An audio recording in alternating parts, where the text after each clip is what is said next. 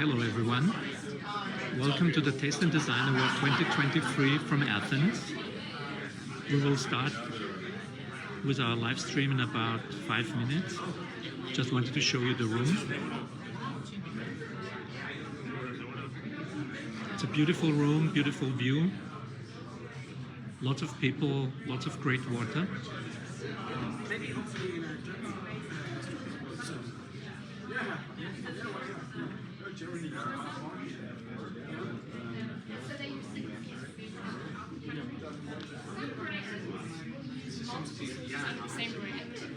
Here the waters for the design competition. From a cost perspective, but also sustainability.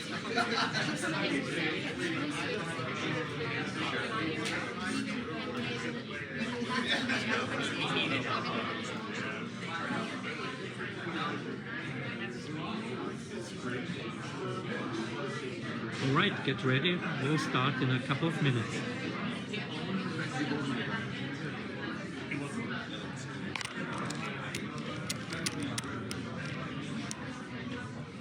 Sorry.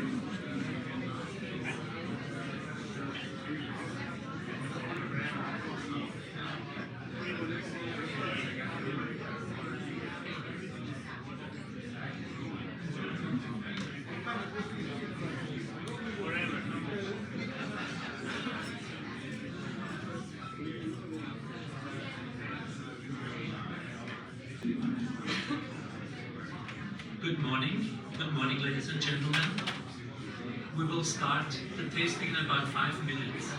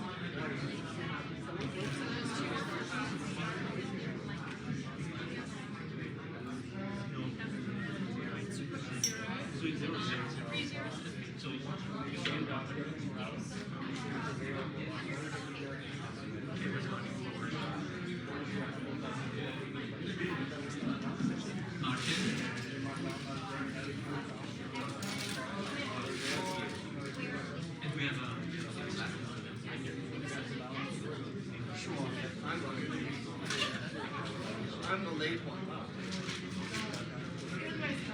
No. I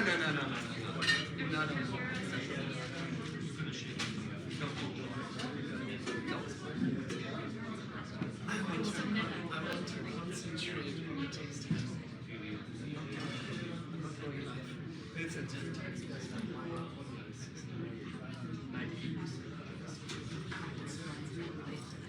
So, that makes sense.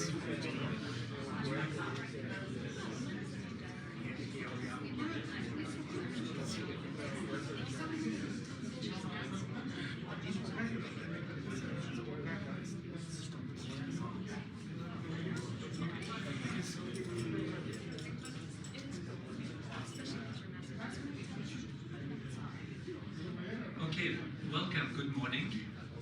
Good morning to the Taste and Design Award 2023 in beautiful Athens, Greece. We're very fortunate to be here. I love the room, I love the view. It's fantastic to be in a place with so much history. And we will be tasting premium bottled water today.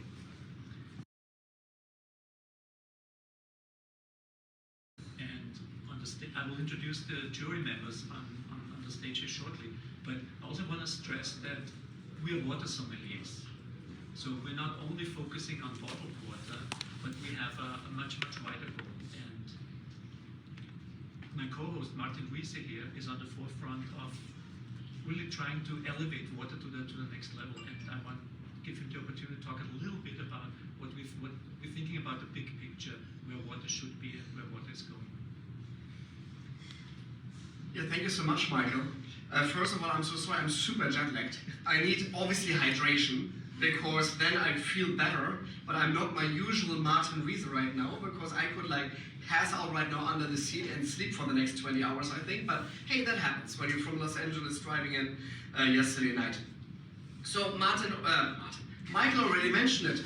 Yes, we are water sommeliers, but water is not just water. That's always my hashtag, what I'm always using. And I'm always saying to people, I'm not a bottled water sommelier, I'm a water sommelier. And on my water menus, I have, for example, any tap water as well as an our page. And I think it's important to me because this is another choice of water what people are gonna drink. So why not putting it on the water menu? And the idea behind water sommeliers is clearly what Michael just said. It's not just about being fancy in a restaurant, sitting there and smiling at each other and thinking, oh my God, look at this water, it's so amazing, it's so great, it's so tasteful. It's more about bringing value back to water. And when you think we're here in front of the Acropolis, in one of the most recognizable history places on this planet, look, this is the only city in Europe where they don't have a river. Think about this. So they had to build aqueducts to actually survive here in Athens. So they already, for thousands of years ago, they already realized how important water is for civilization. And somehow, because I'm from Europe, I think, I've been always with this idea of Martin, water is so important to Europe. You have the Baltic Sea, you have the North Sea, water surrounding us. We need to treat water the right way. And when I came to the United States, it's almost like, whatever. It's just water. Like nobody cares. And you will see it tomorrow in my like idea about social media. We will showcase a video for 10 years ago how the media was reacting to me and how the media is reacting to me right now. So it's quite something happened. Let's say like this. There's a difference right now there.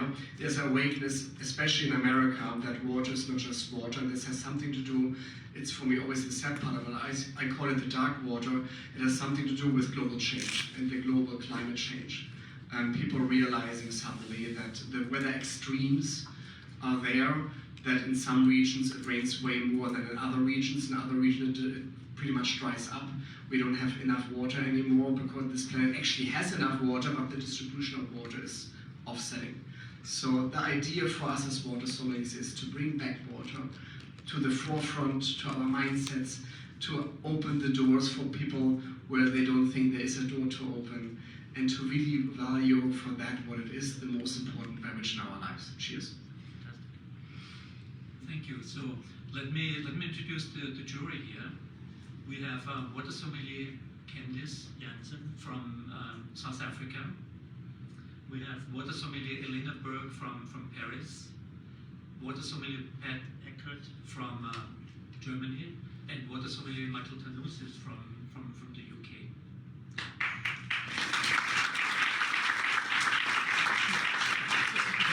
Very international. And we will be tasting 100 flights of water here, and we want to make this a thrilling experience for you. It should not be like sitting there and watching 6 people drink water for 1.5 hours. So we want to make it as thrilling as possible. We will be tasting the waters blind. They will come out in a bag so we don't see the waters.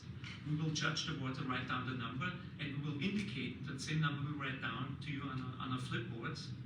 And at the end of the flight, the water bottle will be put in front of us, but we cannot see it. So it gives you a little feedback of which waters we have just rated. So hopefully that makes it a little bit more entertaining.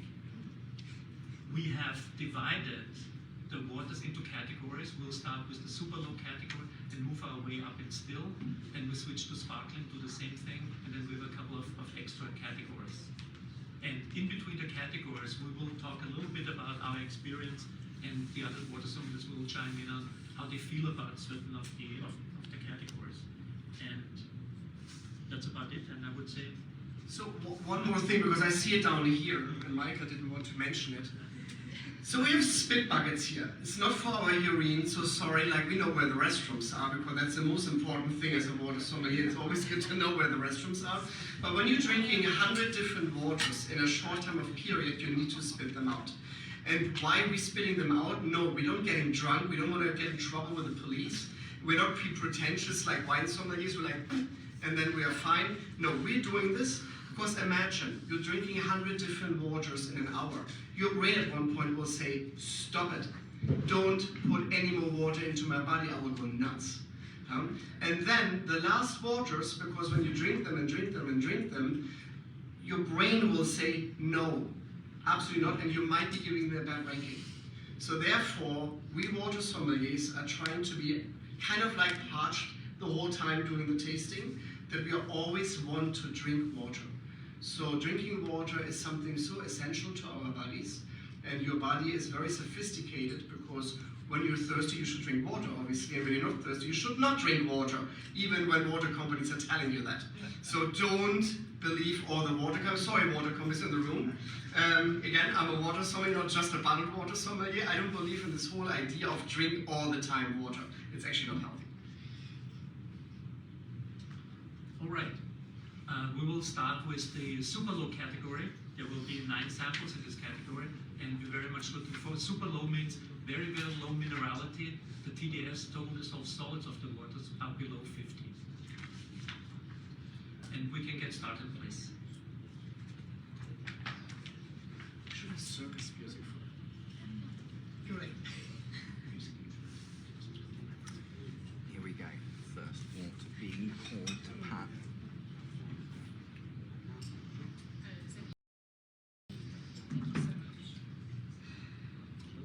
Please feel free to take part. If you make us feel uncomfortable.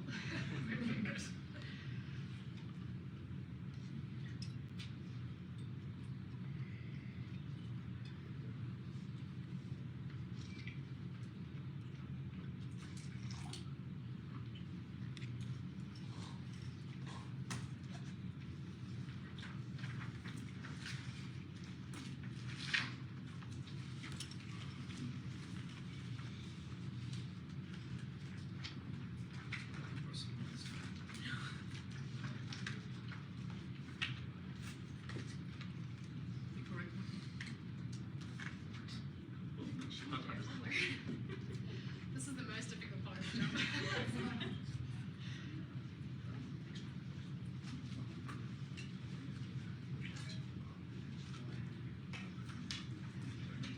Right, it's going to be a long hour and a half watching people drinking water, so I'm just going to tell you a little bit about it. So this category now, extreme low minerality. This is 50 TDS and below.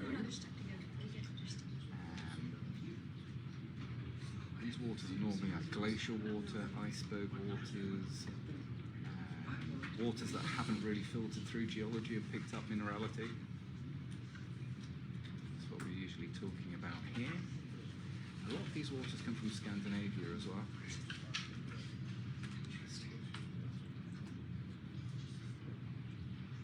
And yeah, it's a blind taste test, so obviously only comparing within the category of below 50 TDS.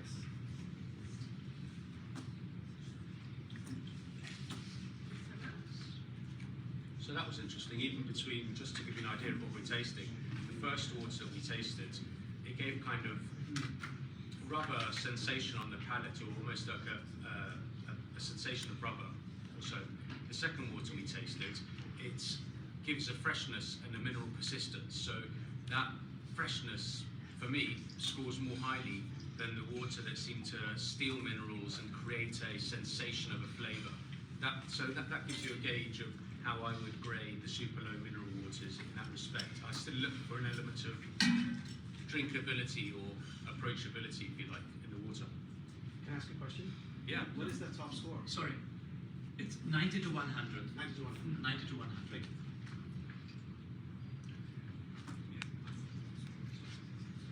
The first one was very different to the two that followed. Even as a low minerality water, the first one was sweet from the get-go. The other two were not. Even though it's got a low amount of minerals, very interesting. Very, very smooth.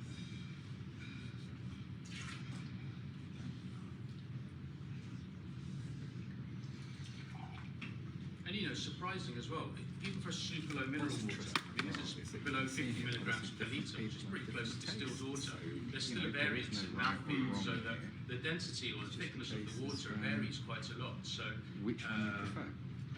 that's always surprising, is how the minerals can amplify the effect on the palate so drastically with such variety. But also that, I think with the low minerality, you can see that water's taste doesn't necessarily come from minerals, but it's land and its terroir is very evident in that there can be almost no minerals, but that taste is still there. So remember, everywhere, there's no right or wrong. This is just, you can imagine if we're tasting cheese, we're allowed to have different favourites. You noticed it's very quiet here. We don't have any music. We were thinking at some point to have a little bit of music, but then we've read some papers and some research that the music actually influences very much your perception of your taste. So that's why we have to suffer through silence. Your voice is But you're a musical good enough, crowd. though, isn't it? Your accent is musical enough to our ears. Well, and I think all of you have the advantage of seeing our ratings, and you'll notice there is some difference, right? That some of it is personal kind of connection to those flavors, and we'll have a different perception of this stuff. So I actually, that you mentioned that first water, I kind of liked that distinctive You can notice. flavor, but that was off-putting for you. Yeah. But also, I think it's odd because even though they're super low, and what Candice said is relevant, there are still minerals that stand out. That you still can tell the bicarbonates, you still can tell the calcium. They will leave a signature on your palate. So even at this very low level, prominence of a mineral will have an effect on the palate.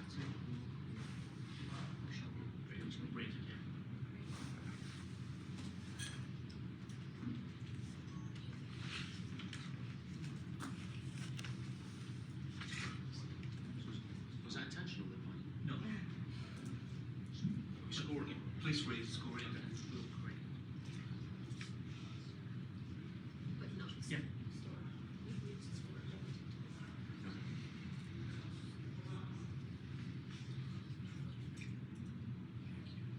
But what Elena just said about personal preference.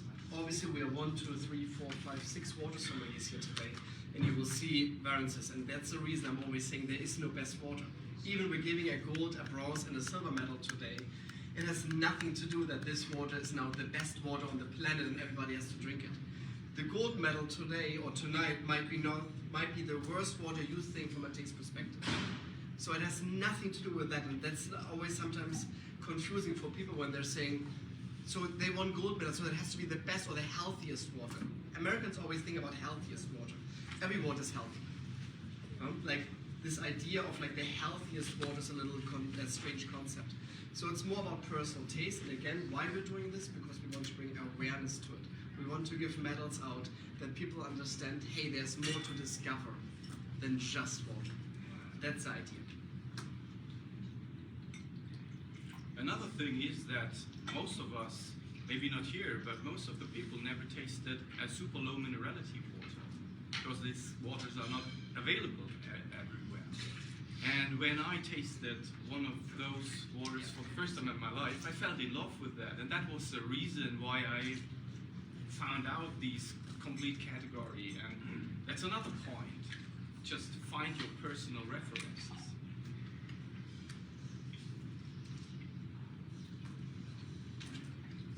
That last one was really surprising in how big it felt on the palate. So that's an extremely large mouthfeel for such a super low mineral water. Yeah. I think they got the labels mixed up. Personally. It's always it's really, really amazing. Less than 50 milligrams, a very, very minute amount of minerals, and such a difference in the taste.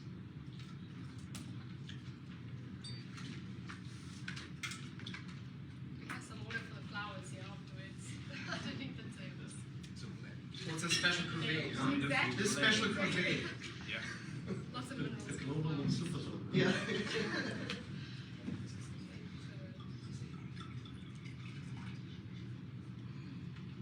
How many waters in this category? There are nine flights. So this is water number 8 in the extreme low minerality category. One more to go, and then we're on to the light category. This is extreme low minerality, 50 TDS and below.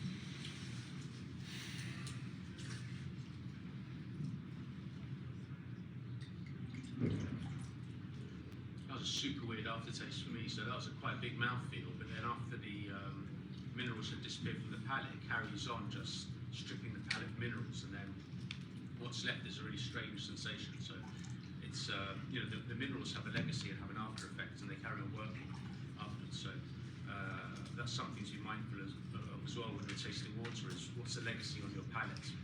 How does it leave your palate feeling? Pleasant, or is it something that you wouldn't really want to engage with again?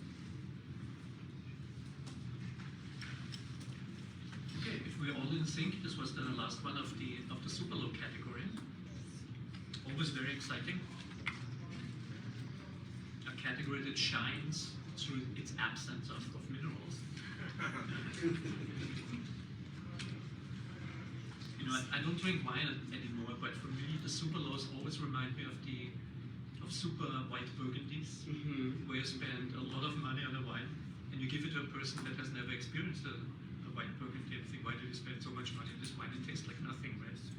And the point is exactly. So the next category is the low minerality category.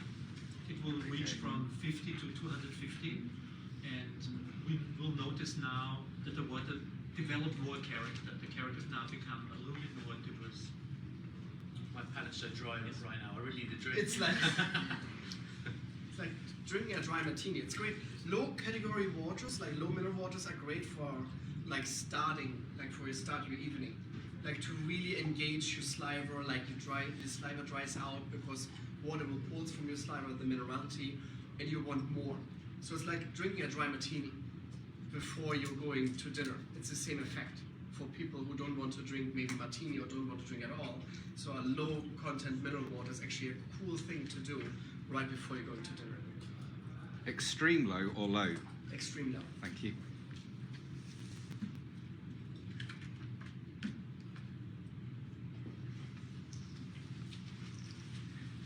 So, first water of the low category. You can see the bottle there. Did anybody get up this morning choosing a water consciously? I think many of us just buy a bottle of water wherever we are without even taking into consideration. So I hope today at least you walk away and you read the label tomorrow morning and see how that goes.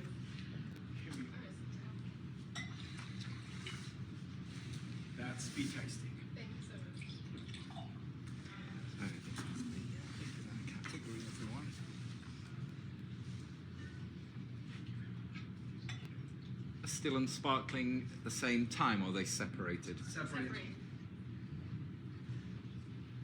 I really So want to this is start. just still.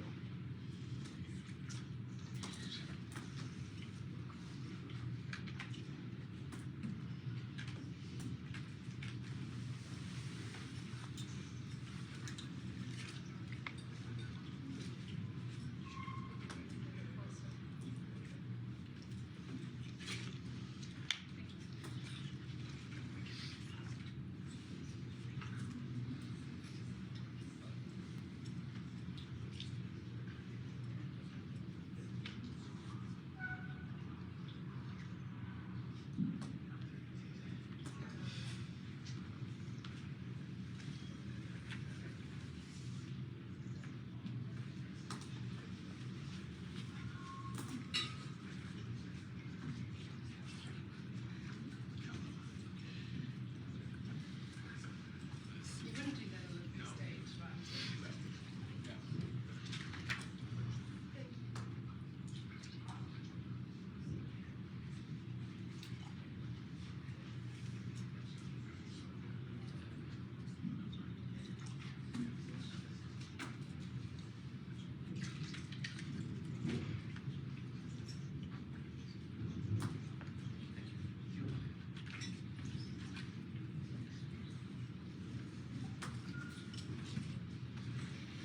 Right, everybody, I'm going to switch to TikTok. If anyone's interested in So watching I this on personally TikTok. found the last one very consistent. So it had very consistent mouthfeel from beginning to end.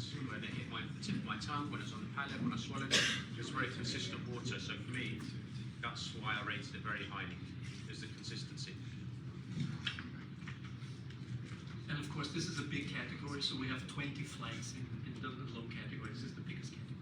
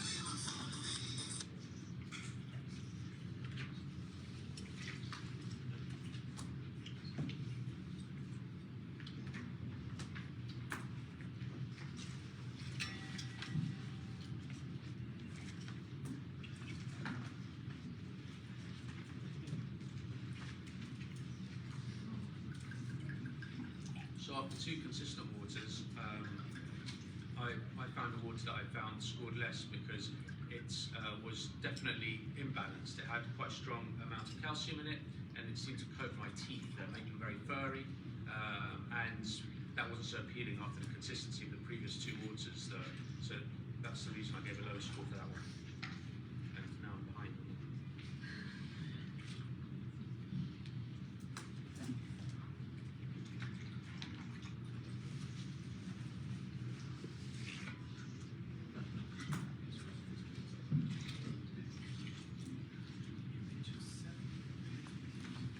Next one is 8. Next one. No, it's good. Be careful with that.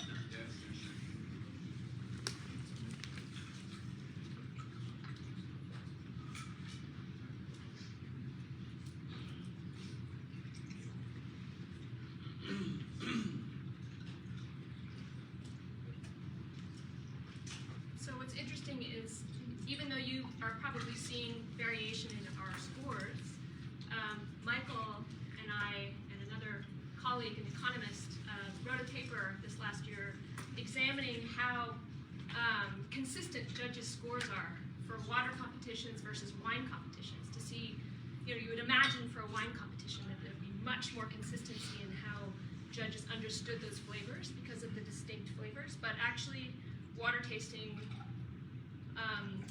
it's not just random. So there's actually patterns to how judges prefer different kinds of waters.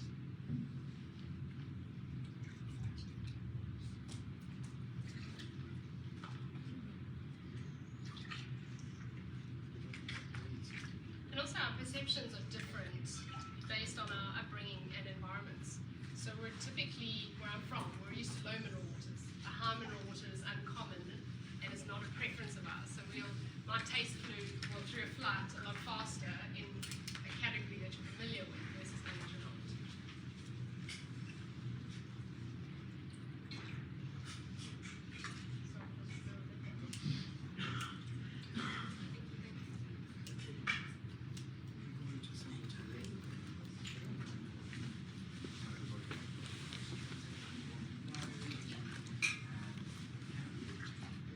So Elena, does your research prove that great minds think alike? Well, I mean, as I said, variation is always interesting, and personal taste is important, but just like it is with wine or any other beverage or food or anything that we taste. And we went into it with an open mind because, of course, it would be a little frustrating to find out that water tastings like this are just completely random, right? There's no kind of agreement among judges. But we knew we had to go into it that way. So I'm a scientist by training, and if you don't do a study that way, then you're not doing proper science. So we went into it with an open mind, kind of held our breaths, but in fact it was very, very clear that there is this kind of consistency, even though, like I said, there's also a lot of variation. So Michael, it's not great minds think alike, it's more like hydrated minds think alike. And your brain is over 80% water, so So this clearly. was something number 11. I'm still quite thirsty. Yeah. Oh, okay. Don't forget the this one. No, this was 11.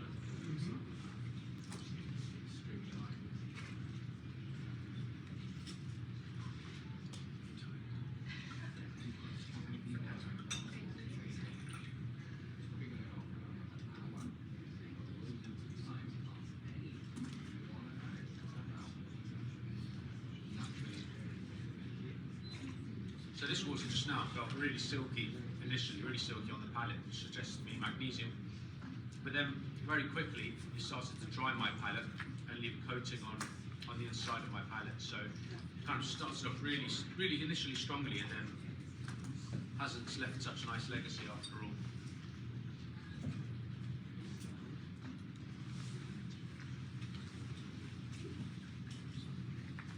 This one's 12. This was 12. So this one, the glass now is 13, yeah? This is 12. It's 12.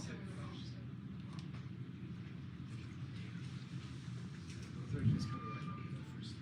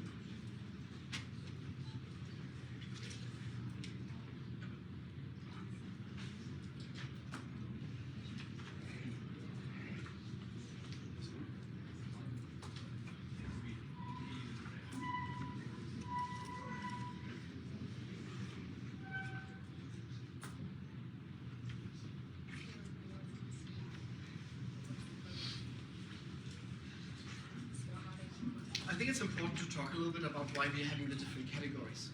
From super low to low, then medium, full, then different sparkling waters. Let's face it, when you would judge a water, sparkling water versus a super low non-sparkling water would be the same. You would have a flight of a Riesling on the one side and a heavy water on the other side. You need to tell what is now what. What's the better wine? It's not fair. And a lot of water tasting competitions are built like that. They are judging literally all waters on the same flight. And that clearly is not okay. You cannot do that because it's their own categories. It's very important to justify their own categories and to judge them by their own categories. And Michael did a great job with the FineWaters Society to build up the different categories that we know where we're standing.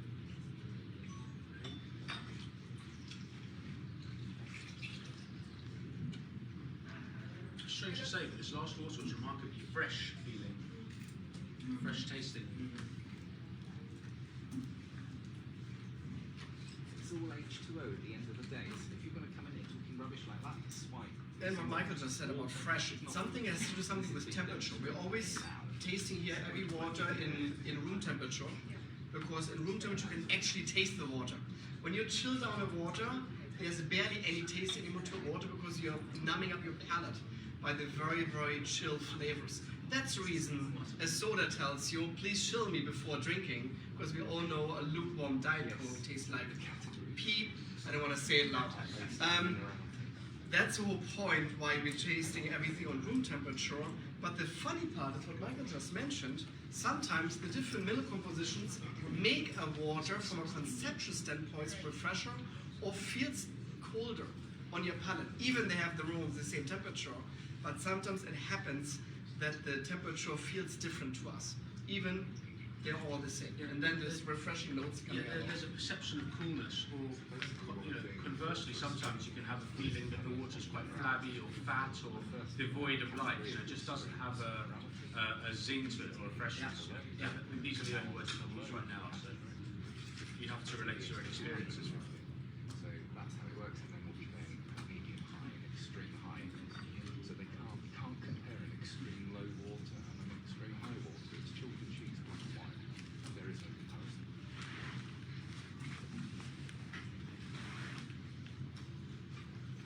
So the temperature is really, really important. That's why we have a rule that the waters for the tasting need to be together for 12 hours. Because sometimes people want to bring the water the last minute, it comes from outside, has a different temperature, and it significantly, you cannot believe how significantly the temperature influences the taste. The three most important things in tasting water, first of all, you know it's still or sparkling. It's the first sensation you're getting. The second is the minerality, high or low, and the third is actually temperature. That's the third most important thing when it comes to water tasting. The temperature is such a huge thing.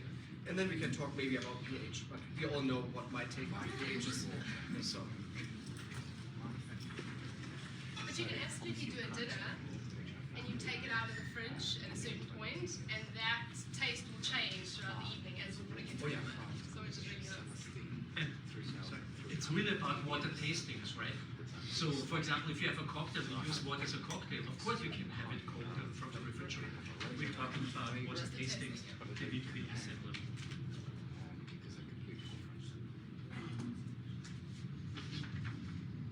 Actually, a lot of people you meet on social media will say that I love to drink my sparkling water cold. Nobody's asking you not to drink it cold. It's just about finding what you like for taste and then drinking it however you choose. Just never adding lemons of any kind. That wasn't me, was it?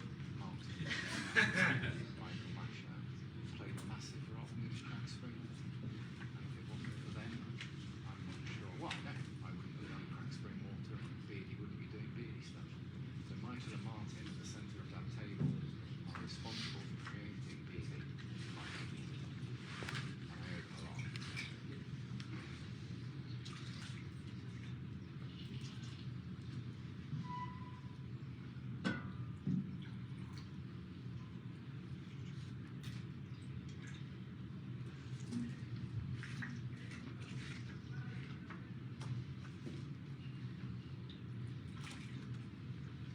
So that last water may have been towards the low end of the minerality scale, lower end, because once again my palate feels stripped of minerals, and I get a sensation of plasticky type flavour, which is indicative of the palate being stripped of minerals.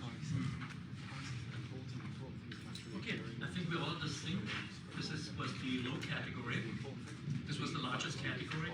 And now we have the medium category, which again builds more and more character. The water become really distinct now. If you're lucky, you maybe even recognize the water. It's very hard for me, not for you guys, but for me to recognize the water in the low category is very hard. In the medium category, you can maybe start recognizing water because it has more character, and we have 15 samples in this flight. So as you can see from the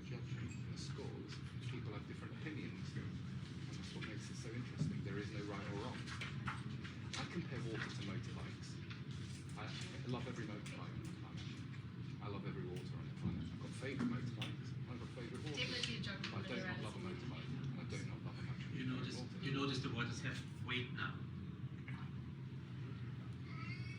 I can't even. Oh. Thank you, Mando.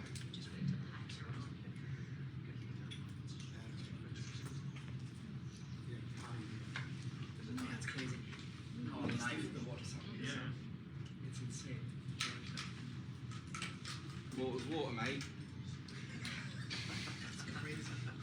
You'll die about water today. I want to know who's going to be the first one to go to the toilet. Are the bets already online? Well, no, I'm starting it on TikTok. We think it's going to be the first judge to go to the toilet. We have Pat, Candice, Michael, Martin, That's why it's follows is good. and Michael. So, who's going to be the first to break? So interesting what Michael just said, medium minerality, so 250 to 800. When you think about the low category was, or the super low category was 50 milligrams or less. In America, United States of America, most waters been drinking are 50s or less. And why is it like this? It's not because they're tasting better and they have this extremely dry mouthfeel. No, because big corporations love to sell tap water to you in America.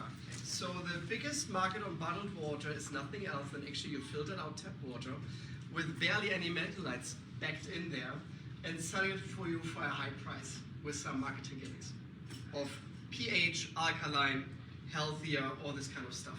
It's a scam on planet Earth in my opinion. Thank you. I thought you heard that. Everyone heard that, yeah? Thank you. I tell you, it's a marketing scam. High alkaline water. Whereas in the UK, actually, the geology lends itself to lower minerality waters, so the market's more familiar with spring waters or natural mineral waters that are around 250 milligrams per litre. And so you get waters continually sold to cater for that existing audience. So the acknowledgement and awareness of higher minerality waters from more geologically rich areas of volcanic regions is largely absent. So when customers try Vichy Catalan for the first time, for example, you know, they're wowed by the levels of the saline characteristic and just the mouthfeel. So it's definitely cultural as well, and what people are aware of at the starting point. Yeah, they've done a lot of studies that look at how people perceive water, and where you grew up and what water you had as you were growing up has a really deep influence on the water that you like. Which again explains people who grew up in areas where there's really salty waters tend to really gravitate towards those waters, and also the cuisine grows up with those flavors. So you tend to have cuisine that goes more closely with those saltier waters in those areas too.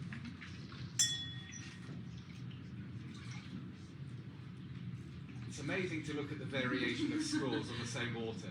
That's my Really highest score right interesting. now. Really interesting. But I know right away which one that is. I can could tell. right You, away. yeah, you could tell. It's a skill from Denmark. You could tell. Yeah. But amazing the variation in scores on the same water.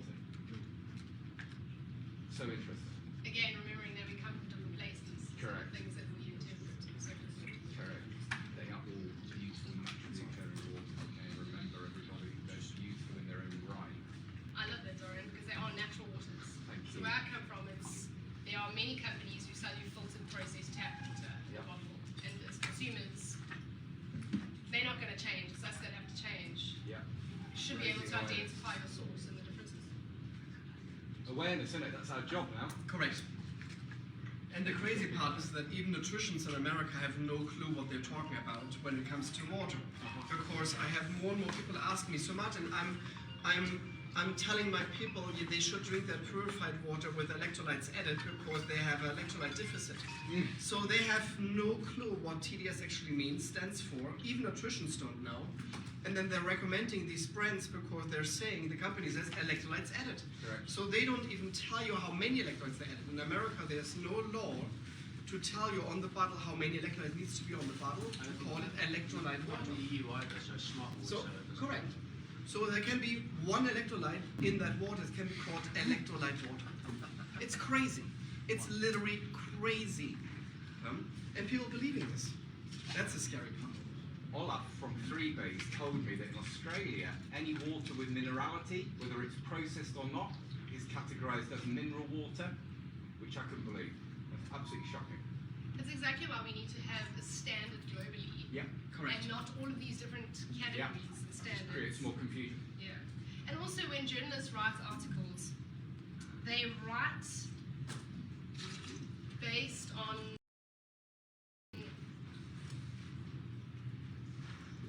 standards that don't apply to everybody. So it's easy to misinterpret a standard if you're from a different country, but if we had a global standard for water, we'd all be speaking the same language and we know what quality looks like versus our personal interpretations of that. So getting those bodies to align is the focus. And my thoughts on tap water. Better than no water. Can't be saying it. I find that even if you filter tap water and you purify it, I can still taste there was tap water from the beginning. It just doesn't, you can take all the minerals out, it's still there. Mouth feels violated. Listen, it's some of us, we appreciate tap water. But But by this absolutely. being said, and I love that we're having the conversation about tap water. So tap water is not just tap water. Like my history started as a child when I was 4 or 5 years old, that I was on vacation time with my parents drinking the tap water in different cities. And I was just fascinated about it, how different they tasted. I didn't taste them for just like because I wanted to drink water, I was just fascinated how different they can taste in general.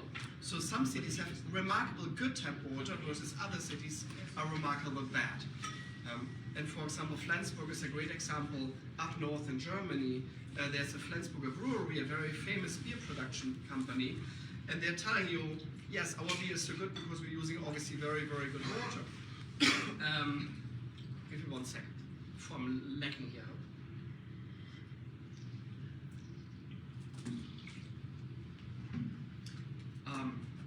So Flensburg was the only city in Germany after the Second World War where the Allies did not need to filter the tap water because the tap water is actually iceberg water from Norway.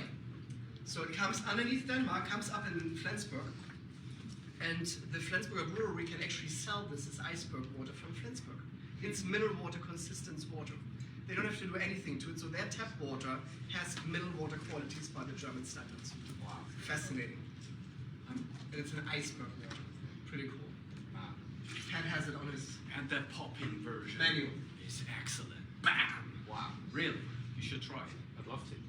Well, I think that Super Bowl. when we talk to people about water, one thing that disarms most people you talk to is the feeling of having travelled from one city to another and experienced the difference in tap water. And everyone can relate to that. I remember the first time I went to Stirling in Scotland from London and tried the water there, and it was so cold coming out of the tap, and it hurt my teeth, it was so cold. So starting from that premise that even without the fancy labels, bottles, costs, and charades around mineral water, you can still relate to the fact that minerals create a different effect in H2O full stop, simply because of the different experience of travelling in localised tap waters.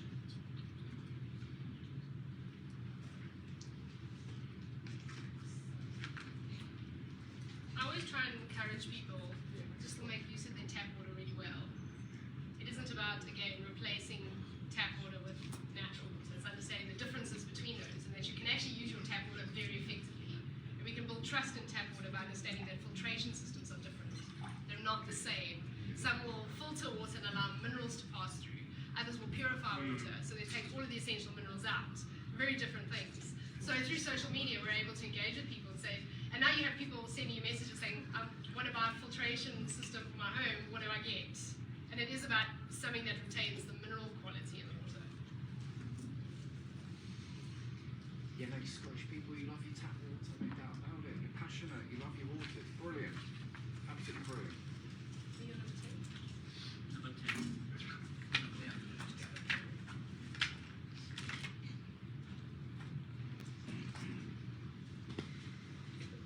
Yeah, I think it's really important to note that just like all of the waters that we're tasting today, that tap waters, as people are saying here, are not all the same, and they also reflect the geology of the area.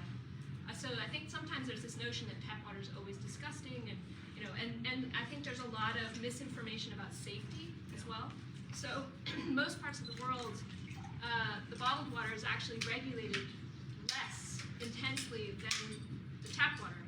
So if you're drinking bottled water because, depending on where you live, because you think that it's safer, you may be wrong. There may be actually a higher likelihood of having contaminants in your bottled water. So part of our job, I think, is breaking down people's misconceptions about different kinds of waters and where it comes from.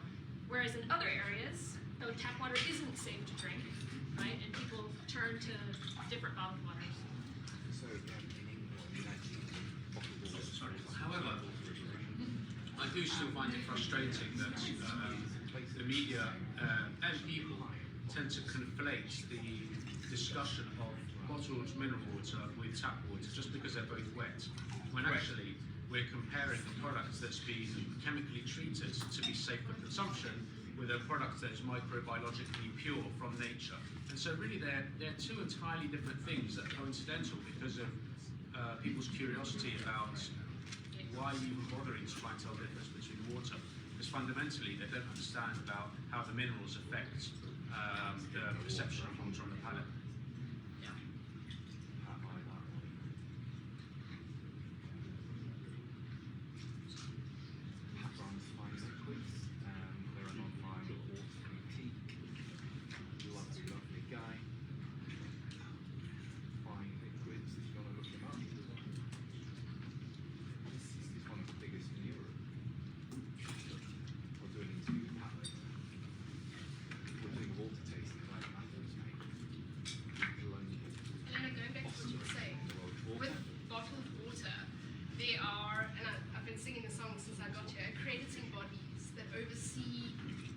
Much like tap waters are regulated, that bottled waters meet international standards for bottling quality and that they're within those limitations. So if we're buying products as consumers, to buy products that are regulated, because there are a lot of people who start brands.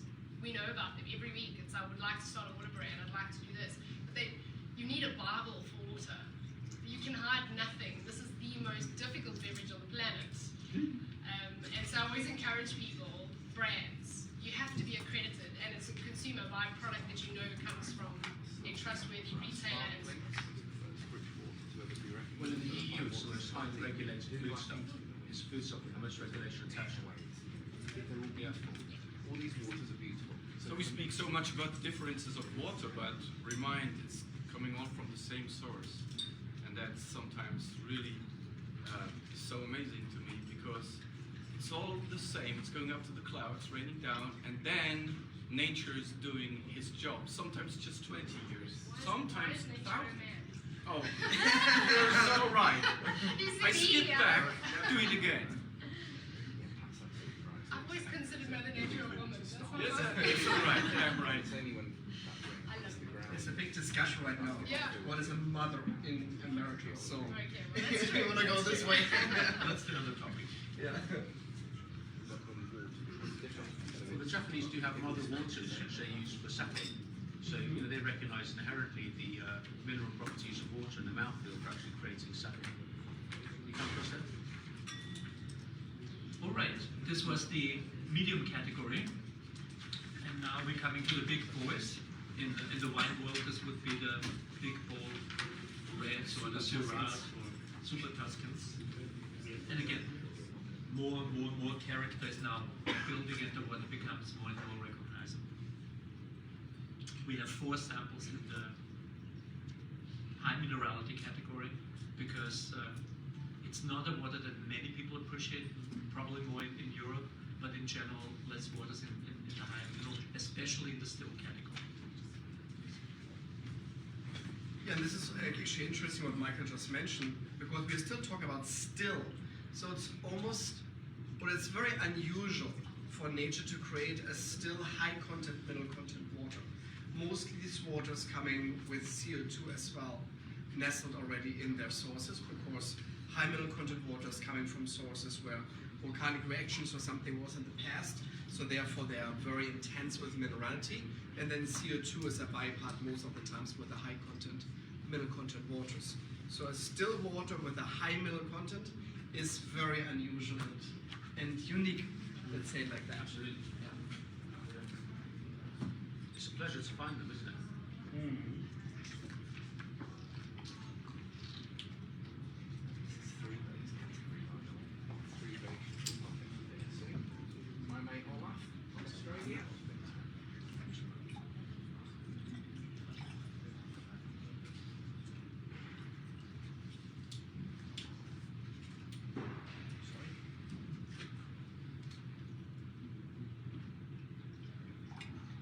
And interestingly, for American people, we're talking about now categories with electrolytes higher than a sports drink. Think about this.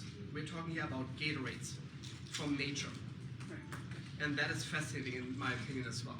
So it doesn't need to be processed chemicals with artificial flavors. We're talking about salt and sugar with 120 calories, correct? Since when is that a water? So vitamin water, for example. Sorry for sure, Coca-Cola hates me when I'm saying this. But I'm an honest guy. I love my legal letters sometimes coming in. So vitamin water is clearly not a water. That's a soda pop without carbonation. That's what vitamin water is. I have no clue why they even allowed to call themselves water.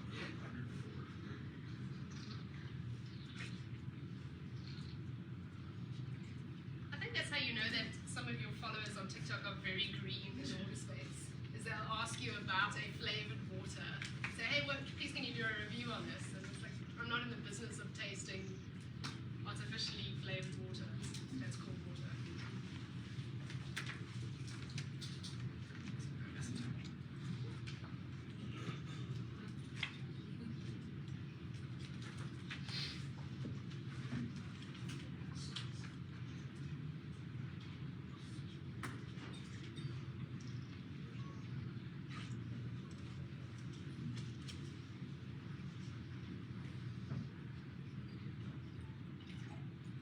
I was invited from the Kroger company who owns the Ralph stores all over America in Cincinnati last September to a big water tasting event. And prior to that, we had a VIP dinner and all their big distributors were there. And one person of Pepsi was there as well. And he asked me, so Martin, all your different waters, but are there actually electrolytes in there? He said, yeah, 3 times more than your beverage. And then the whole table was shut up suddenly. So it was quite fascinating and interesting that not even they know what they're selling. Think about this. They don't even know, these big people, big brands do not even know what's actually in their beverages. It's very sad. Because they sell their brands. Correct. Yeah. Not a problem. Was number 3? Did it have a little bit of carbonation? It felt like I'll make a note of it. Yeah. I thought it was effervescent. It was the hairy chestnut, wasn't it? Yeah. All right. So this concludes the still category, and now we're starting with the sparkling category, or as we call the added category, the added carbonation category, because they are still waters, but carbonation is added. And we start again with the super low, and we have 7 flights in this category.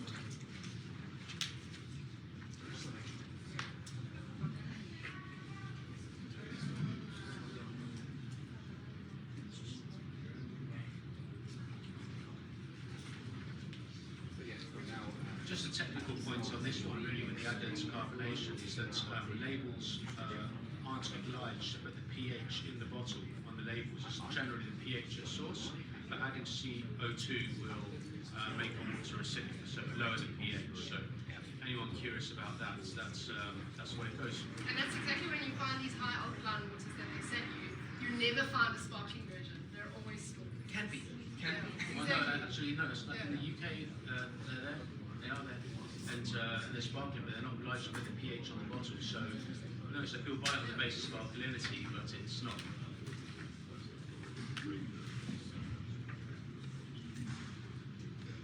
Yeah, and for the people who are very concerned about acidic levels in your body, don't worry, you're not gonna die by drinking carbonated beverages. I know there are some TikTok people out there who love to promote this. They're all thinking we're all gonna die, and so far in Germany we're drinking sparkling water since 400 years, and nobody passed away, out or away from drinking sparkling water. So I never heard that. Obviously, this whole idea of pH in America, again, Michael always saying, like, when you don't have a story as a water brand, you have to create a story. And the story what Americans created by selling Americans tap water is the alkaline pH ES. It is a marketing story created by big corporations to convince people that you can balance something out in your body. Obviously, your body has different pH levels, not just one. So this idea of you can balance something out is, first of all, right there already nonsense. Second, where does water go? It goes right away after I'm drinking it into my stomach. It needs to go to my stomach to break down nutrients and to kill actually bacteria. Microorganism is a thing.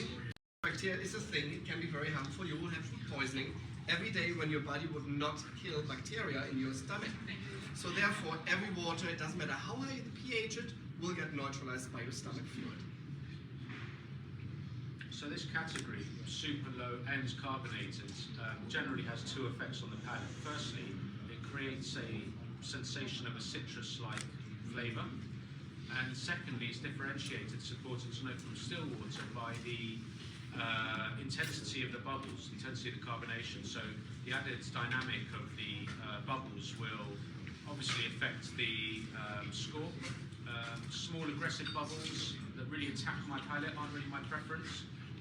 Softer bubbles that allow the water to wash over the palate, I would score that higher.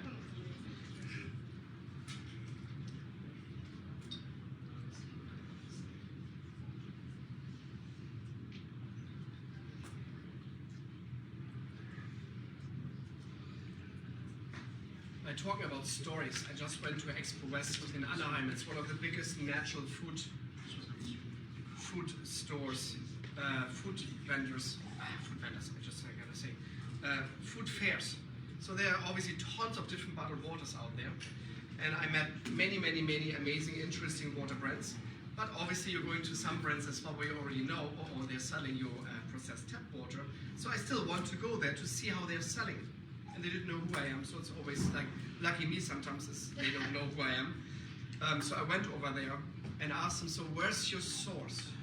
That's the first question I always have for a water brand. And trust me, some water brands are very struggling when it comes to that question. So this particular brand, I know exactly where the source is. It's Montebello tap water, where 40 million people live in the greater area of Los Angeles. It took them around 10 minutes to find out where their source is. Then they lied to me in the beginning because they said it's a spring water. And I think a spring water from Montebello, that's new for me. I never heard about that. There are springs in Montebello, in the middle of the city. Then another guy showed up and said suddenly, no, it's not a spring. He mentioned something differently. No, it's obviously municipal source water. He's saying, so it's tap. And he's like, no, municipal. He's saying, yeah, that is tap. Yeah, it's tap water. So, and then he said to me, like, and I think it's time for you to go. Then they figured out who I am, I think. And I was like, okay, thank you so much. Maybe you need to get hydrated and not drink your water. But you can see, like, these water brands, they're selling a container. They're not selling water. They're container selling brands, nothing else.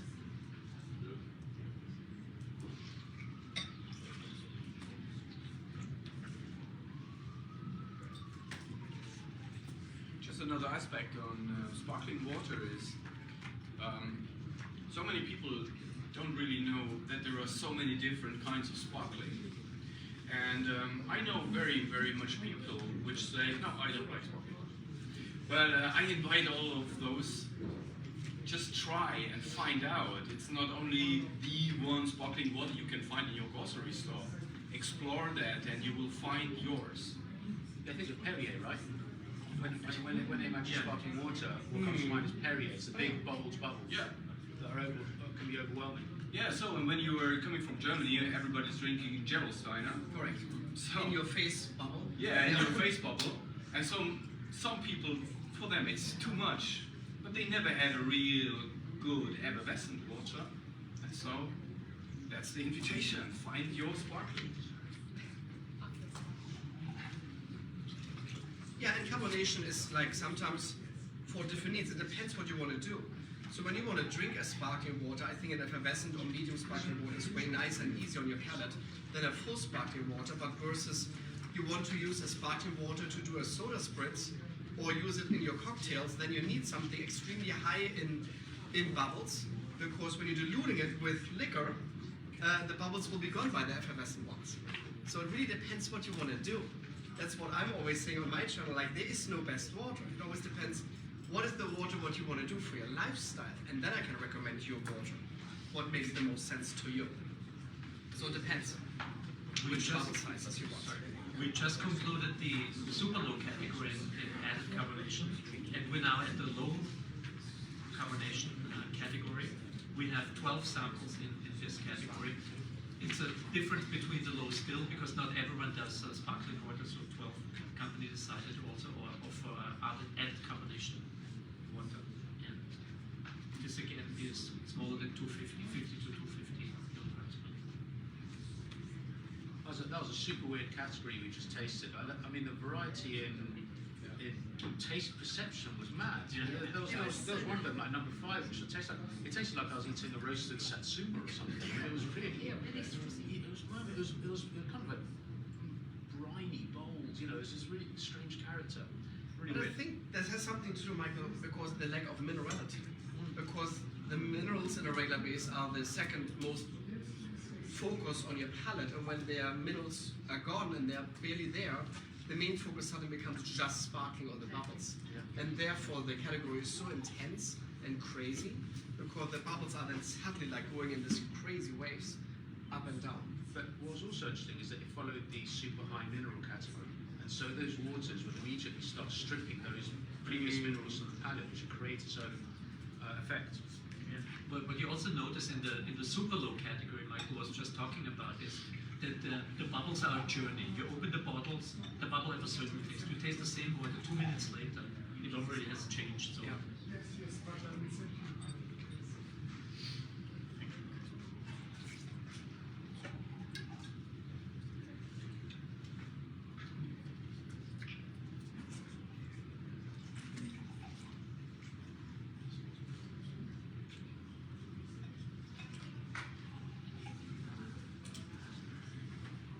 So I'm beginning to feel a little fatigued now, but that first water was very nice. It's super clean, fresh, nice level of carbonation, and well balanced. So I think so too. it was Yeah. probably unfair I scored it 96 in hindsight now that I've said that.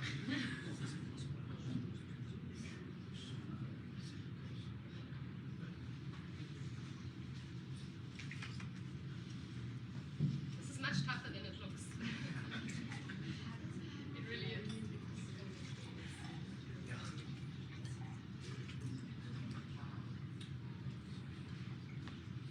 But for me, there's also the psychology when scoring of, you know, is my palate, when I've changed category from a lower mineral category to a higher mineral category, is my palate just delighted to have more minerals on it for the first water? You know, so therefore, do I create this? Do I score it more highly naturally because it's just a relief almost to have you know, more density, more mouthfeel, more minerals? So that's something like an existential question for a jury member.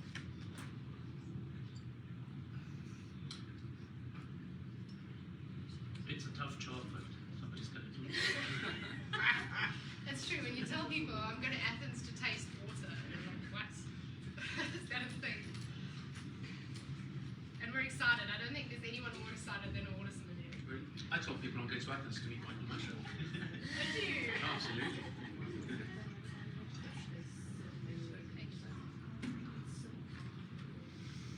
But as Doran just said in front of the event here, outside we all seem to be some kind of crazy, but here it's kind of family. We're together.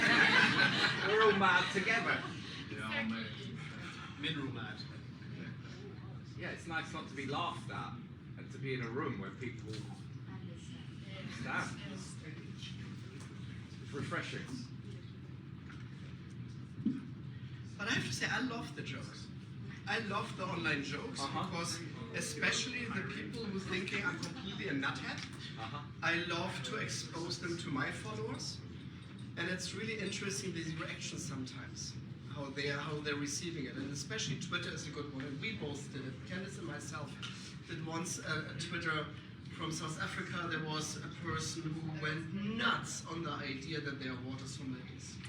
And she right away said, it's so bad, it's so wrong, it's the worst thing you could do in your life, with your life, or whatever. And it was fascinating how we both, I think, engaged to her, and she completely changed her mind. Yeah, she flipped. People don't understand what you do because the journey and the story isn't always clear. But when you learn that, she walks away with a lot of, actually this is a thing, and I can value tap water and bottled water a lot differently, and that's what you want. It's just conversation so people can create their own perceptions. Well, Imagine coming from the land of Monty Python and. But listen, it's also stressful, on TikTok, because you're trying to also say as much as you can in a short amount Correct. of text, and you can never express that. So it was very stressful to try to convince somebody. But I think we won in the end of it. That's all that matters. Yeah, but most of the part is for me, it's always like I want to start a conversation.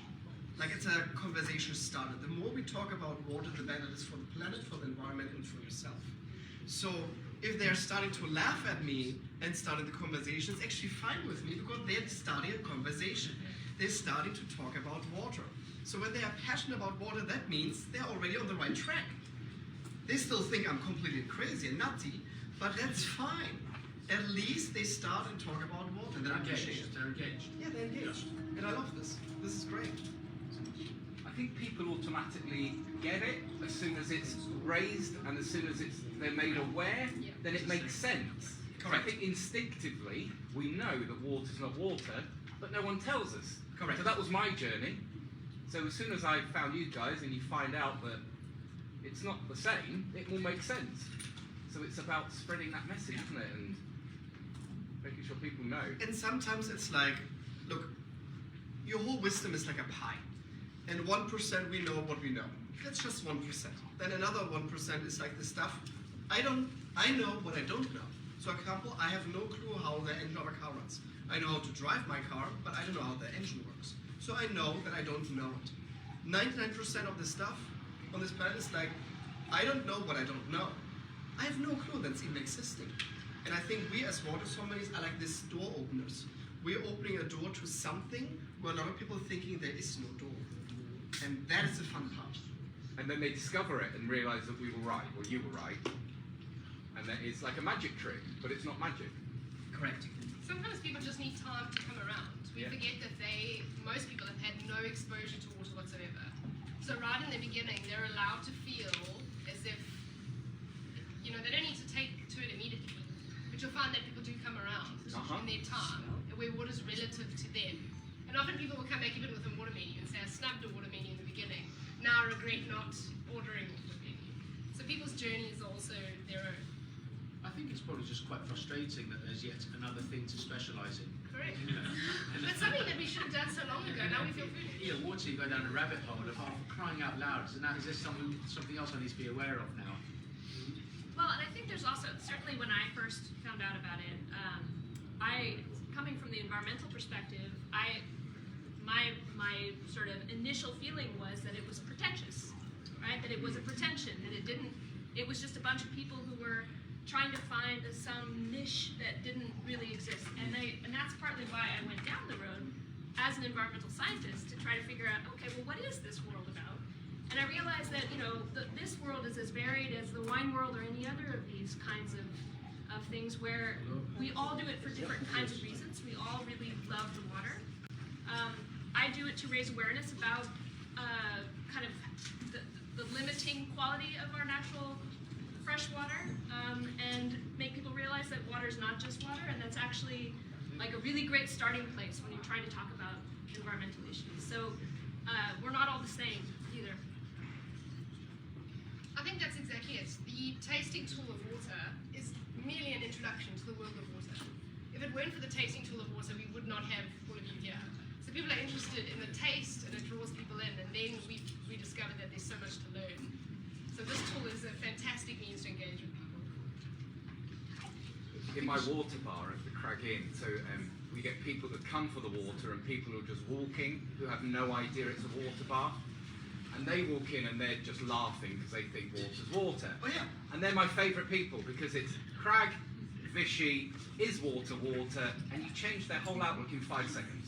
Suddenly now they understand that haven't been told, haven't been made aware. Totally with you. In the restaurant, look, I created, I don't know how many water menus are on this planet now.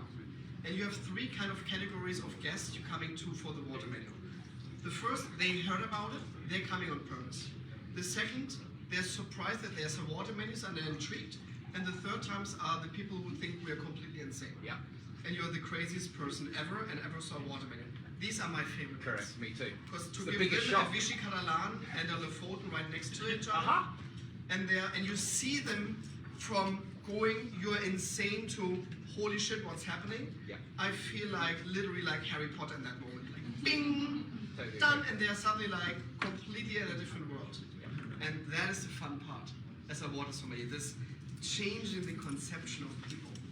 And then at that moment when you have them, I'm always calling it like a good Trojan horse. Like when you have them on that level, then you start to debunk all these water myths and bring awareness to water in general.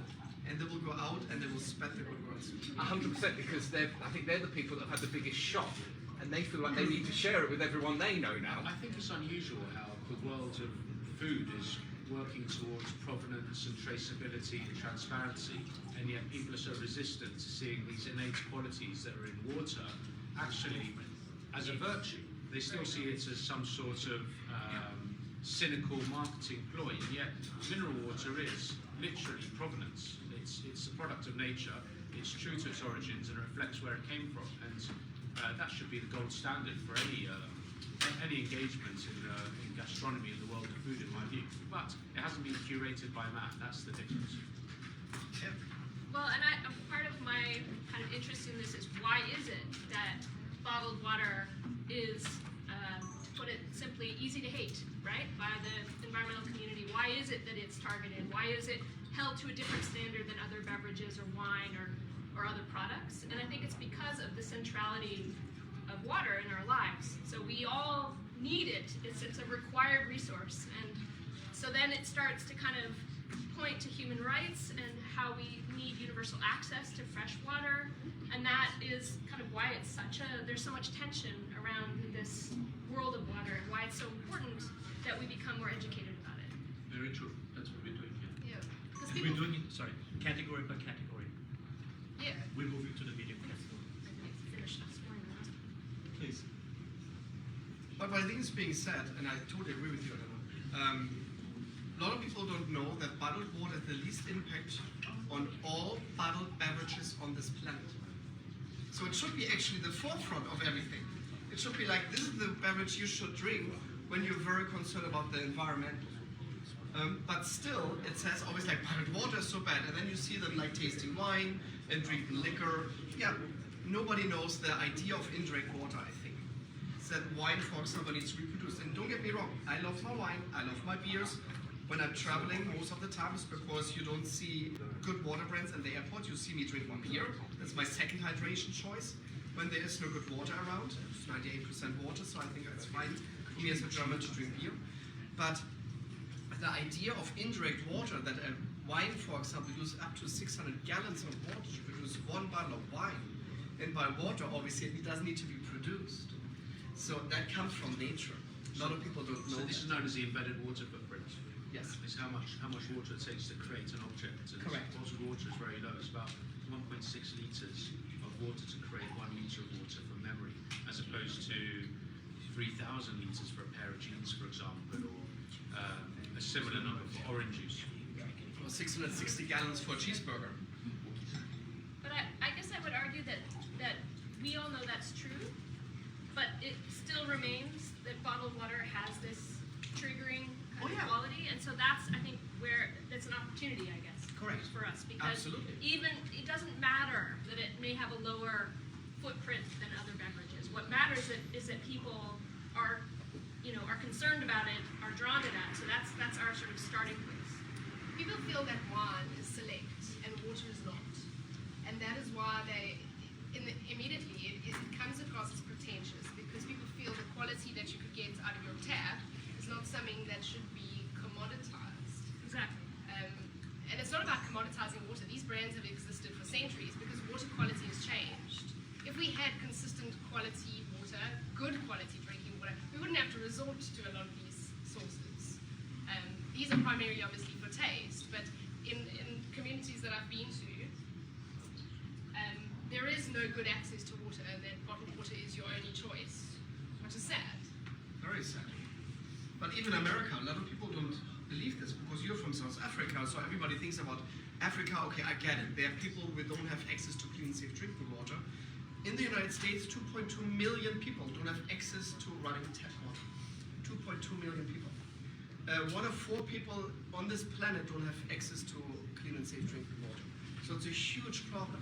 It's a huge problem. We need to talk about this. And I just been on a panel with the city of Los Angeles for 2 weeks ago. It was very, very interesting and mind-opening as well. And we talked about this, that even people in America don't have access to clean, safe drinking water. And when the water regulations are safe, that does not mean it's actually safe. Because the water regulations are built in the 70s, updated in the 90s.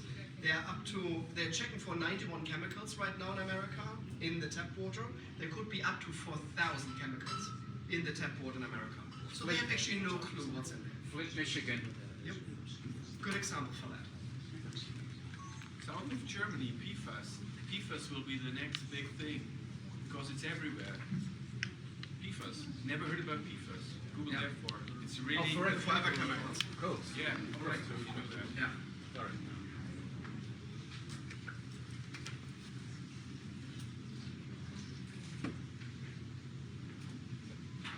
And we talked about PFAS as well in the panel.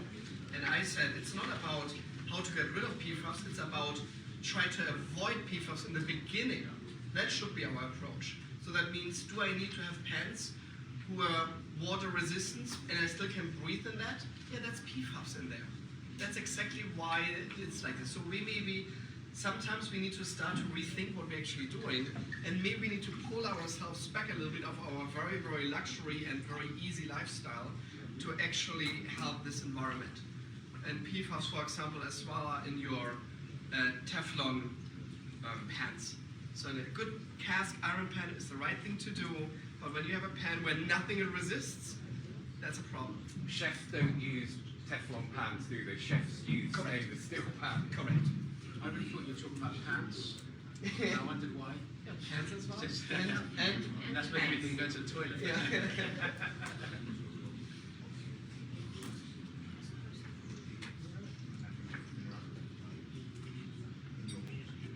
I mean, 100.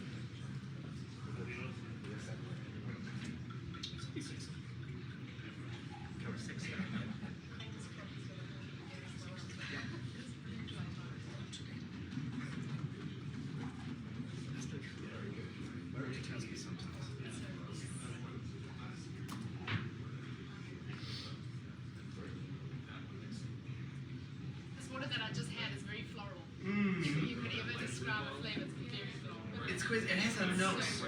It has aroma in your nose. This one is completely different than all other waters in this place. Very unusual, wasn't it? It's totally unusual. Was that sample 5? 6. The one you're talking about was it sample 5 or 6? 6 right now. Sample Yeah, six. that's the secret. Did you figure it out again, Martin? He knows which one it is.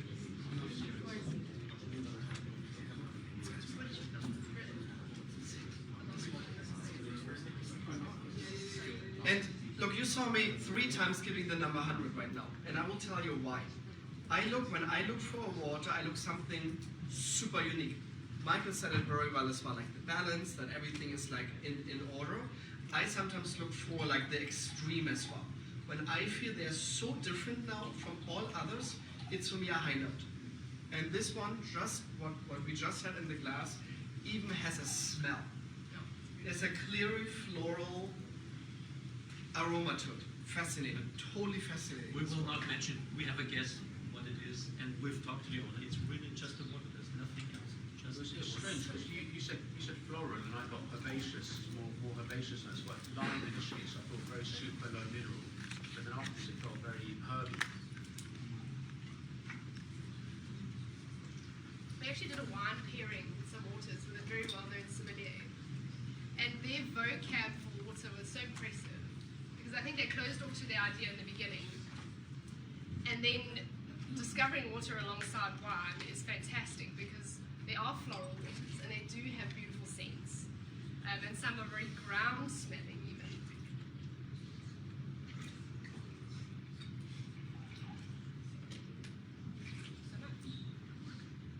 Well, the minerals in the water will allow the wine to express itself or alter the characteristics of the wine, neutralize them or kill it according to what has been consumed. So the effect of minerals in water alongside wine are very under-researched by wine industry and overlooked completely. I totally agree with you, Michael. Sometimes it's so funny because when people say like, oh, water tasting, that's boring. But when I tell them suddenly I can make your wine taste better, they're like, what? Then they're getting excited. And this is exactly what water does. So think about it. A very acidic Riesling, like very intense in minerality. And now, right next to it, a high content, mineral content water with carbonation. You would think it should pair well, but that's actually the problem. It's too much minerality on your palate. The Riesling will even be more acidic, and you will think like something is off with my Riesling today. So a low mineral content water, a still water, would balance out the minerality of the wine, and more fruit complexity will come from the wine and it will shine more. And that is the interesting part about the wine and water relationship. The same with Bordeaux, like very tannic red wines needs to have a low mineral content water with barely any carbonation to it.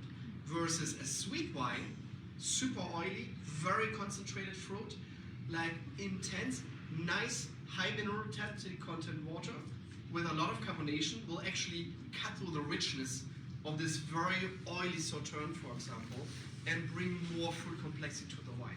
So Michael, you're totally right. It's completely underestimated what's actually happening to the water right next to it. And I did a TikTok video, it was my first viral TikTok video, what I created, over 1 million views. I had a glass of red wine in front of me, and I added some ice cubes and 2 slices of lemon into the red wine. And I said, you want to drink this? That's so good. And people are like, what is this guy doing? Huh? Like, why is he adding like ice cubes and lemon slices into his red wine? And then I said, that is actually what you're drinking every day in Los Angeles when you're going out to dinner.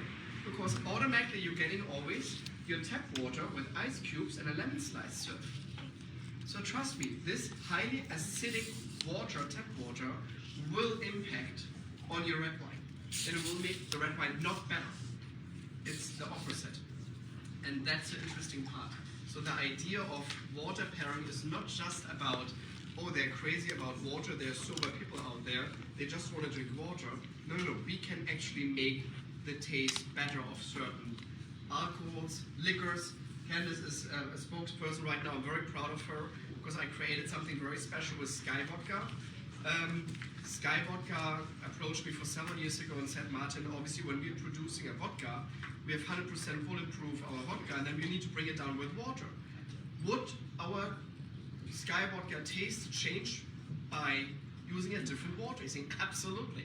So we figured it out. We came up with a perfect scenario of minerality, what we're adding now to the Sky Vodka, to make the vodka taste better. And it's night and day. And it smells different as well. Oh yeah, absolutely. And you'd think by adding minerals to the water to get that taste change that it would be heavier, but the vodka is actually crisper than the old recipe. So much more life. Yeah, we took the old recipe and new recipe, and they are dead ends.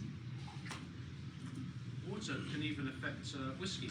So when a whiskey is cut with water, it will alter the characteristic of the whiskey massively. And so that's quite common for whiskey aficionados to open up the bouquet with a drop of water.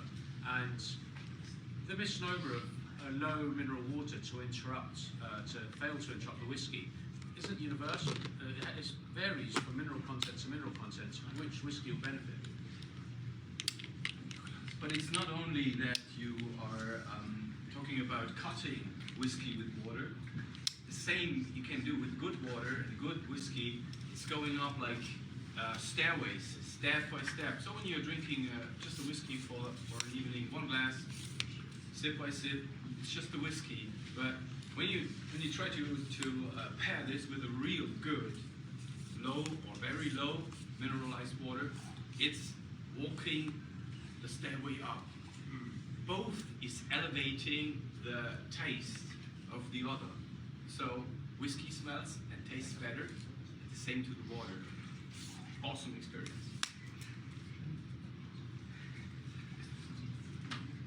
So while we were talking, we switched to the high mineral category, and there are 5 samples, and we almost through with sample number 4.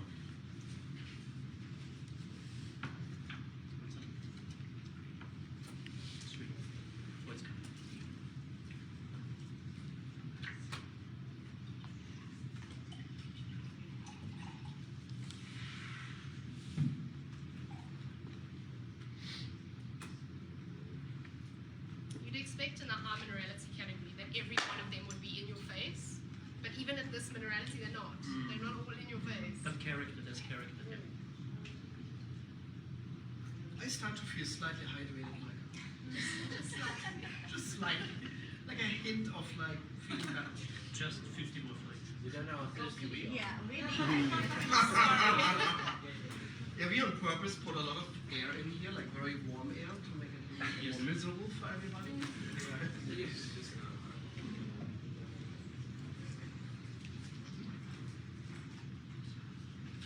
We'll have a lot of open bottles though, so for people who do want to taste. No, but Candice, you're absolutely right. I haven't mentioned it. So as soon as we're finished, there are glasses in the corner. Please try the waters, and if the water is already finished, we can also grab some waters from the back there, open it up. That's a really good opportunity for, we have a lot of water sommeliers there for people to experience this water.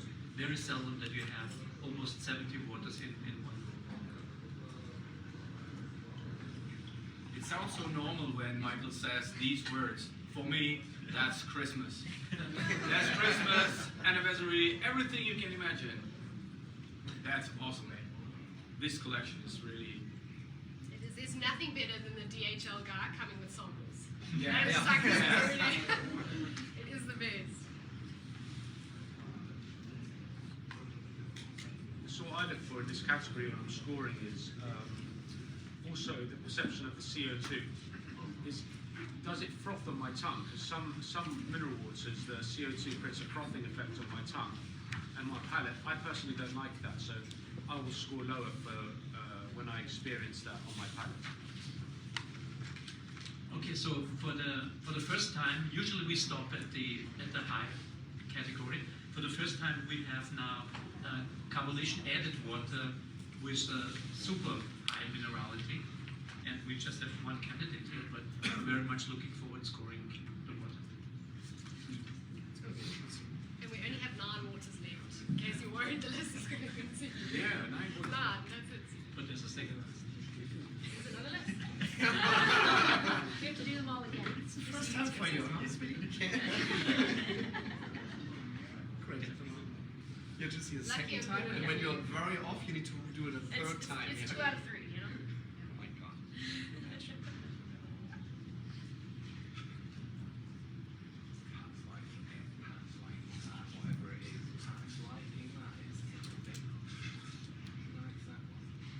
I love your content creation. You're so good at what you do.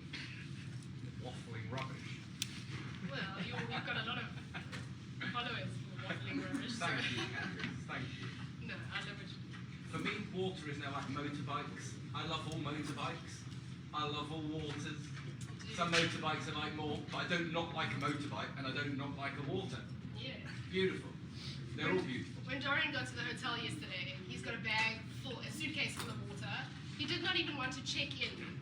He had asked the barman, please can we have glasses? And the gentleman said, this is a bar, you actually have to buy liquor. He was like, no, I just want the glasses, and the water was out. So we had an entire water tasting. He was not impressed with us. Fantastic. And now comes a very favorite category, I believe, of all of us. The previous category was carbonation added to a still water. The next category is naturally carbonated, which means when the water emerges, the carbonation is already in the water, makes the water very special, very unique, and we just love naturally carbonated water. So both the water and CO2 are natural, and they'll harvest both and then marry them back together in the bottling process so that the water still maintains its original composition with the spark. It's beautiful. Not necessarily. Sometimes they're bottled in situ as they are. Oh, beautiful. Yeah, and if necessary, they'll top them up to recreate the intensity of when it came out in spring, such as Vishkata. It's so cool to tell people that water can be naturally carbonated. Yeah, because they it's a don't big believe surprise it. for a lot of Yeah. I think when I did my water sommelier course for you guys, the day I discovered that was the day I opened my eyes. That naturally carbonated water is a real thing, and everyone should know that. Yeah. Because that's incredible. The water even pours different. You try and explain that water has character, even in its flow. It's so different when the carbonation is natural versus artificially. It also lasts very much longer. Yeah, absolutely. Candice is absolutely right. It's natural. Yeah. The natural carbonations, the bubbles maintain much longer in the bottle and in the glass. It's like a cheap prosecco versus a nice champagne. Are there any- Second fermentation in the bottle, therefore the bubbles stay longer in champagne versus by cheap prosecco, where they're actually just having a still wine and they're adding carbonation to it. So a champagne stays longer in the carbonation than a cheap prosecco. It's the same with bottled water and natural cooling from natural cooling sources. Yeah. The water is infiltrated with the CO2 for a longer time, therefore it stays longer in your glass.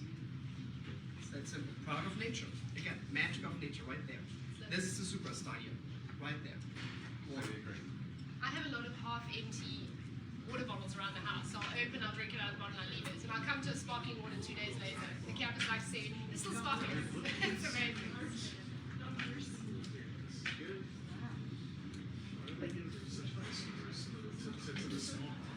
I used to live in the Alp region of Italy where we could go and get naturally sparkling water directly from the source. I love those stories because it shows us, it creates an emotional connection with the source. Everybody tells beautiful stories of when they actually fetched water themselves. Yeah. And I think through these brand stories, that's what we want to create because not all of us can get to the source. But the emotional connection is incredible. So all good. But it was also surprising that it came out naturally sparkling. Yeah. I think it's something you've got to get used to, much like water in a can. The still water in a can is something that you mentally have to process. Yeah. Because you're expecting a rush of sugar and bubbles and all of that. There's an interesting litmus test for the origin stories of naturally carbonated waters, and it usually revolves around goats.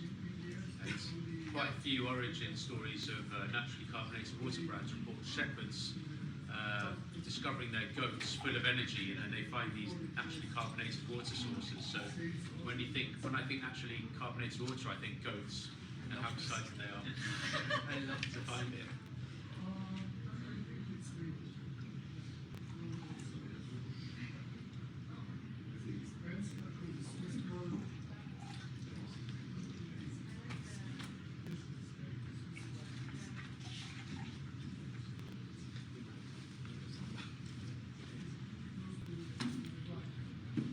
So just to underline what the panel has been exploring just now, naturally carbonated waters are the only water here that I've been swallowing.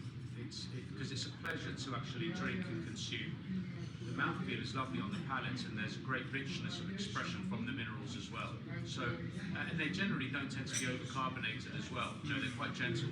So they're a real pleasure to drink, and even after you swallow them, you know, the rich minerality still promotes saliva on the palate, and particularly because of the sodium. So you have this effect, which is cyclical, of the sodium promoting saliva on the palate, which then enhances the flavour perception, if you like. So the harmony of the palate is very rich, and it's very vibrant, and it's very alive. So it's a very nice category to score, and actually, I'm on number 4, aren't I? I'm sorry. I've scored these generally higher than the low mineral added carbonation users.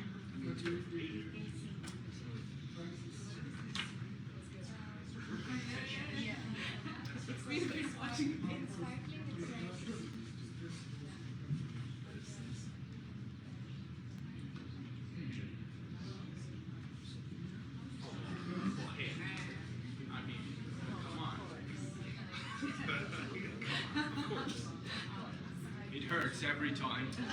Every time. You already know what water is. You think about what blend would this be at the end. Ooh. The Athens 23 blend. Yeah. Oh my goodness, this one you actually smell as it comes up to you. None of the others waters did that for you. This is the big boy. Well, we're looking at it right now, going, of course, kids at their high score.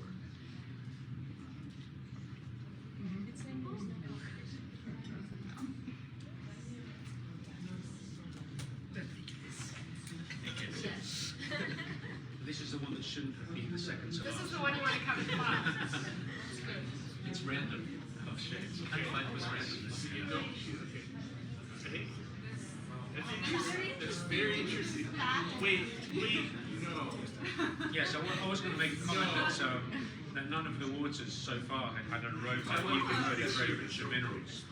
But yeah, this one really, before you even smell it, you can engage with it. So gives off quite a lot.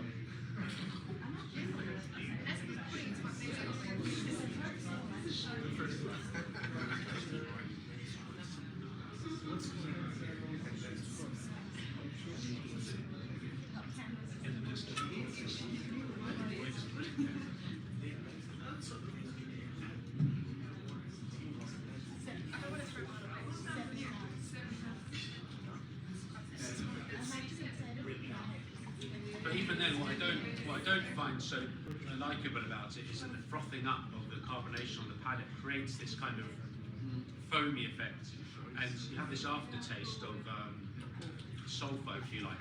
And so it's a great experience, but not my preference when it comes to a harmonized, naturally carbonated water. It throws you off. Yeah. It's a shock. You never forget it. You never forget it. When I came into the industry and I first sold really high mineralized waters, carbonated, I checked them for myself, I tasted them, and after that I realized that my glasses were damaged. I tried to clean up, but it does not work. It was over. I have to throw them away. And then, since then, my clients, when they order high mineralized carbonated waters, I always do a handwritten sheet. Please be aware of that, because after that you come to me and say, hey, my glass is damaged, what have you done? It's the water. It's nature. The high magnesium level, especially in the roy, really destroys your glasses. You leave a little bit roy in the glass, and you can throw away the glass. Okay, this was the natural carbonated, and we're moving, the water is really moving very much into the wine direction. And we all know they're blended wines for a long time. And for a little while, we also now have blended waters. So someone found two sources, blended the two sources in a particular way, and brought them out in a very stunning presentation. And we have one candidate here, and we're looking forward to trying neighbors. Yeah, we all know what it is. Score it. And we will be scoring it. And we keep it for the very last one. So as soon as we're finished, please take a glass and start with the naturally carbonated. We just open them, they will maintain the carbonation for a long time. Try the neighbors, try the roys, and then move to the still waters. So I know there will be a rush for the glasses. Please.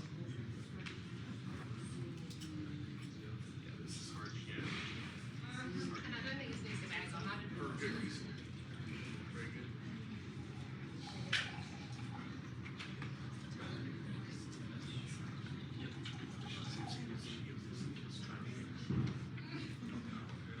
Cheers, audience. You really had patience with us.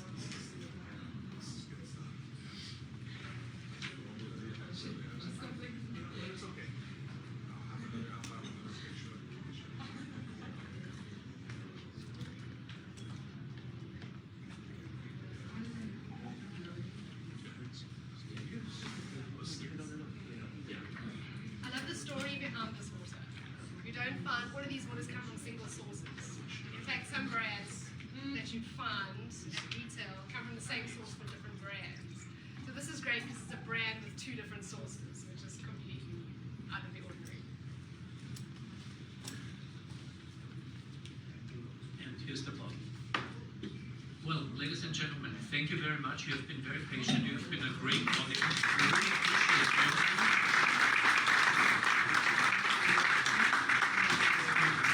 You probably noticed we love attention. So thank you very much for your attention. Thank you. So feel free to come and get this. Let's taste it.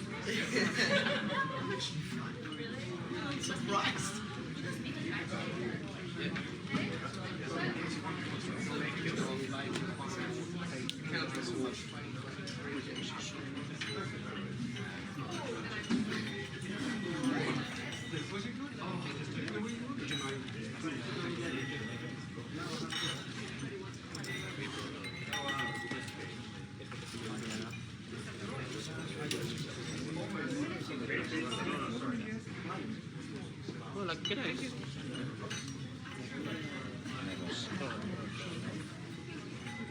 I think it should be again a choice. It should be a choice.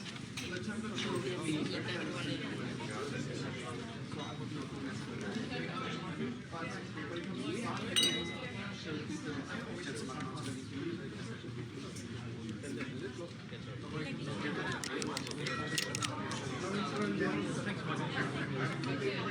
Give it to Eric.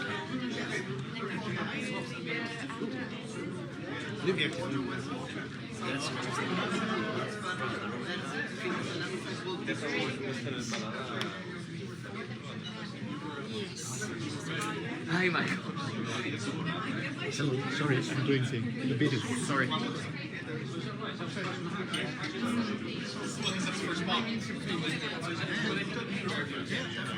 absolutely very much. And it does. Okay, Michael, shall I put this over your head? Like the Formula One, Yeah. we won. Here's my favorite picture of you. Fantastic event, Martin. It was good. I'm still on the live stream here, so I'm showing you. Oh, great.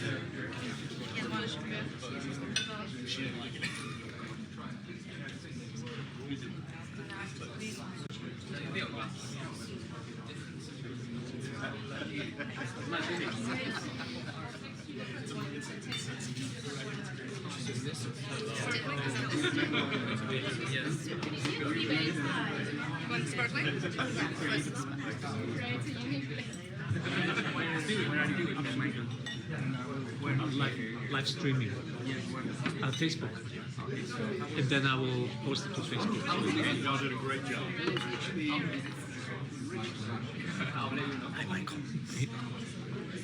Michael, how do you think it went? I think it went very well. We had a lovely audience. Yep. They were very engaging. Yeah. And It was great to watch. It's fantastic. It's really, really fantastic because you think it would be boring to watch six people drink water for 1.5 hours. I think people find it so interesting and fascinating. It's like, what are they doing? So I'm so amazed. Yeah, it was really good. Brilliant. Brilliant.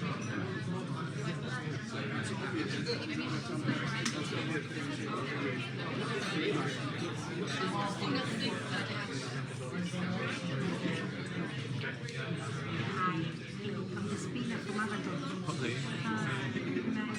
Nice to meet you. Give me one more second to finish. And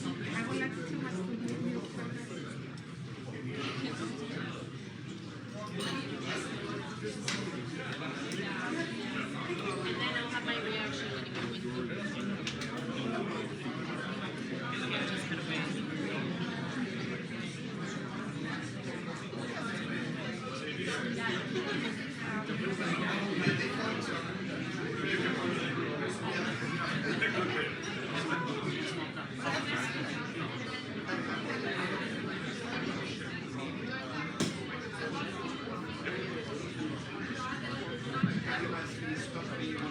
So we are saying goodbye from Athens. We will have another live stream later tonight about the award ceremony. We're calculating the score now and enjoying the rest of the waters.